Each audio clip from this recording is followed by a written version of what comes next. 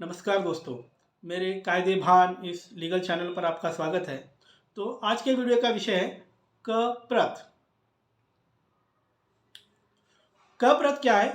क प्रत वो डॉक्यूमेंट है, वो गवर्नमेंट डॉक्यूमेंट है जो आपके मालकाना हिस्से की ज़मीन के बाउंड्रीज डिफाइन करता है।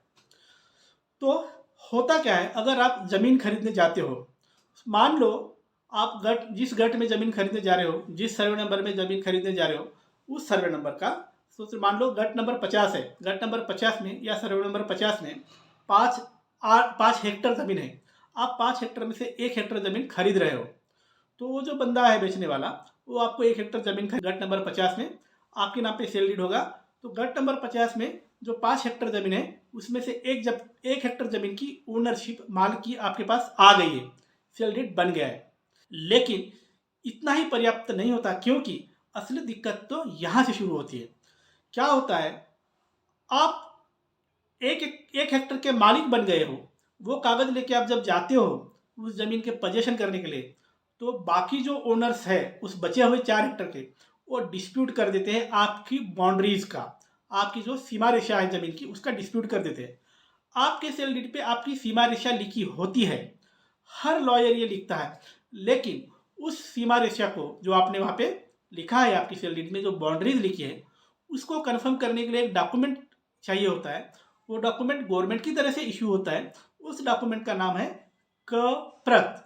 और आप जाके चेक कीजिए, आपने अगर ज़मीन खरीदी है तो आपने सेल डीड तो बना ली है, इंडेक्स भी तो बना लिया है, लेकिन आपकी बाउंड्रीज डिफाइन करने वाला जो कागज़ होता है गवर्नमेंट का, क प्रत, वही आपने नहीं बनाया। 99% डील में मैंने देखा है, आप ज़मीन खरीदते समय बाकी सारे 10 बना लेते हो, क प्रत नहीं बनाते हो, तो आपकी बाउंड्रीज डिफाइन होना रह जाता है। आपकी बाउंड्रीज कैसे डिफाइन होती है? वो बेचने वाला जो बंदा होता है हाथ से आपको दिखाता है, ये आपकी बाउंड्रीज है। सेम चीज आपके सेल डीड में लिखी जाती है कि इस गट नंबर में, इस सर्वे नंबर में अमुक अमुक फला फला आपकी बाउंड्रीज है, ऐसा लिखा जाता है। लेकिन वो जो लिखा है, ये तो आपके और सेल करने वालों के दोनों के बीच में के अग्रीमेंट का मामला है। ये इसको कंफर्म करने वाला गवर्नमेंट का जो दस्त होता है, डॉक्यूमेंट होता है, क प्रत, वो नहीं होता है दोनों के पास। तो इस केस में जब भी बचे हुए लोग ऑब्जेक्शन लेते हैं, तो पहला सवाल पूछा जाता है कि भाई साहब, आपके पास सेल डीड है, मानते हैं, लेकिन आपके पास क प्रत है क्या?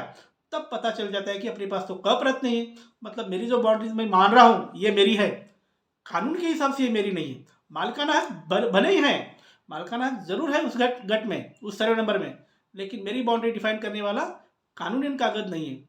तो फिर भागना पड़ता है वो भूमि अभिलेख के पास, भूमापन अधिकारी के पास, और वहाँ से फिर अप्लीकेशन करके बड़ी मशक्क़त करके दिक्कत से फिर वो क प्रत लेना पड़ता है। इसलिए अगर आप कहीं ज़मीन खरीद रहे हो और फ्यूचर में बाउंड्री का डिस्प्यूट नहीं चाहिए, ऐसा अगर आपको लगता है, तो इंडेक्स 2 सेल डीड के साथ और सर्च रिपोर्ट के साथ 7/12 के साथ एक मैंडेटरी डॉक्यूमेंट आपको हमेशा लेना ही चाहिए और लिया कीजिए। वो डॉक्यूमेंट है क प्रत।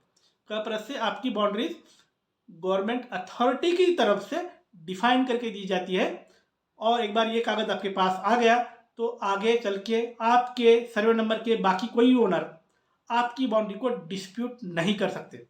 तो दोस्तों, ये थी जानकारी क प्रत के बारे में, जो आपके लैंड की बाउंड्रीज डिफाइन करती है।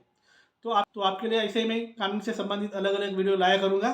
कानून की जानकारी बढ़ाने के लिए मेरा लीगल चैनल का कायदेबान देखते रहिए। और हाँ, जिन्हें संपर्क करना है वो मुझे संपर्क कर सकते हैं, लेकिन संपर्क यानी फ़ोन करना नहीं, बिल्कुल फ़ोन ना करें। फ़ोन करोगे तो डांट पड़ेगी, बिल्कुल फ़ोन नहीं करना है।